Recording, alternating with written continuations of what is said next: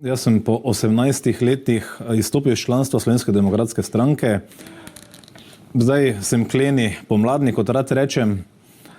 Moje vrednote in pa samo lojalnost ni bilo potrebno nikoli preizpraševati. Mislim pa, tako kot je dr. Logar povedal, da pa Slovenija res rabi politični tretji steber, to stranko politične širine, ki bo presegla čez ta dva pola, poenotila politične sile v državi, ki seveda dobro mislijo za Slovenijo in potem dejansko z oblikovanjem. Jaz verjamem, da bo nova stranka tista sila, ki bo potem oblikovala novo uspešno reformno vlado, ko bo se nekako javno obelodanilo, da bo ta ustanovni kongres, seveda se ga mislim udeležiti. In se včlaniti, ne? In se seveda včlaniti.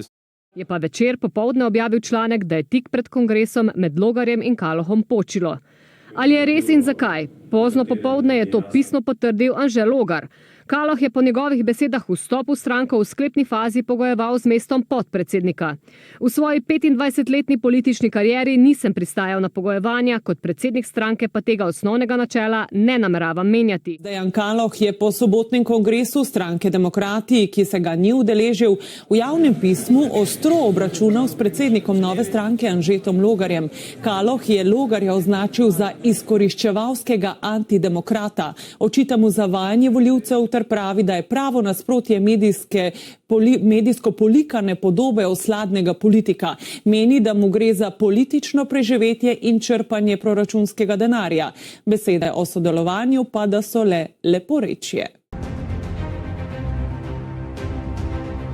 Moje pismo, ki je bilo danes posredovano javnosti, drži do zadnje črke. Soposlanski kolega Anže Logar se res izkazal kot antidemokrat, kot človek, ki želi samo izkoristiti svojo pozicijo tukaj v parlamentu. Se pravi, jaz sem bil tisti tretji, ki ga zgolj želel izkoristiti, da bi osnoval poslansko skupino. Očitno je obdobje pisem, ki so sicer poimensko naslovljena, pa se potem širijo po medmrežju. Ker se tiče omenjenega pisma, je v njem veliko neresnic, zato ne bi posebej komentiral teh obtožb, ki so neresnične. Jaz sem kolega Logarja zdaj v zadnjih mesecih dodobra spoznal. Imeli smo več krogov razgovorov, predvsem na njegovo lastno pobudo. Vedno je bila v ospredju ta mantra o lastni poslanski skupini, ki za njegovo stranko zagotavlja sredstva iz državnega proračuna. Jaz nikakor nisem pristal na to, da bi bil samo ta manjkajoči člen pri tej ustanovitvi poslanske skupine, zato sva se tudi na koncu razšla. Mogoče samo to, da je ton tega pisma upravičil to mojo zadržanost, kar se tiče imenovanja podpredsedniških mest, torej da sem si vzel več časa za razmislek glede tega in da sem tudi sam pri sebi jasno razčistil, da sodelovanje ne pomeni pogojevanje, kaj šele izsiljevanje.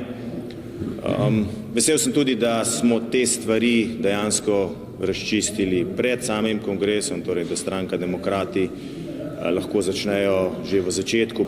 Kaj se tiče njegovih izjav, da sem jaz karkoli pogojeval, on je bil tisti, ki je na začetku teh preliminarnih pogovorov dejal, da bomo skupaj z Irglovo osnovna politična celica. Seveda tega ni nikoli mislil, pa tudi, ko sem ga spoznal, če bi mi ponudil, da bi bil sopredsednik stranke, tega več ne bi želel biti. Pač tudi to pismo kaže, da smo nekompatibilni, da drugače gledamo na politiko.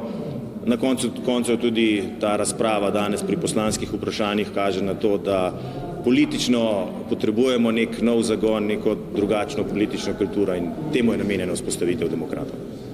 Jaz mu tudi napovedujem, da se bo zdaj naslednje mesece vrtel med 3 do 5% podpore. Verjetno bomo še to v prihodnosti padalo, ker dejansko nima ponuditi nič novega. Jaz mislim, da je on prežvečen obraz, ki je dejansko izpet. In tukaj bo tudi rezultat potem na volitvah takšen, kot bo za njega, se pravi ubor. Mogoče si bo rešil lastno politično eksistenco, to bo pa tudi vse.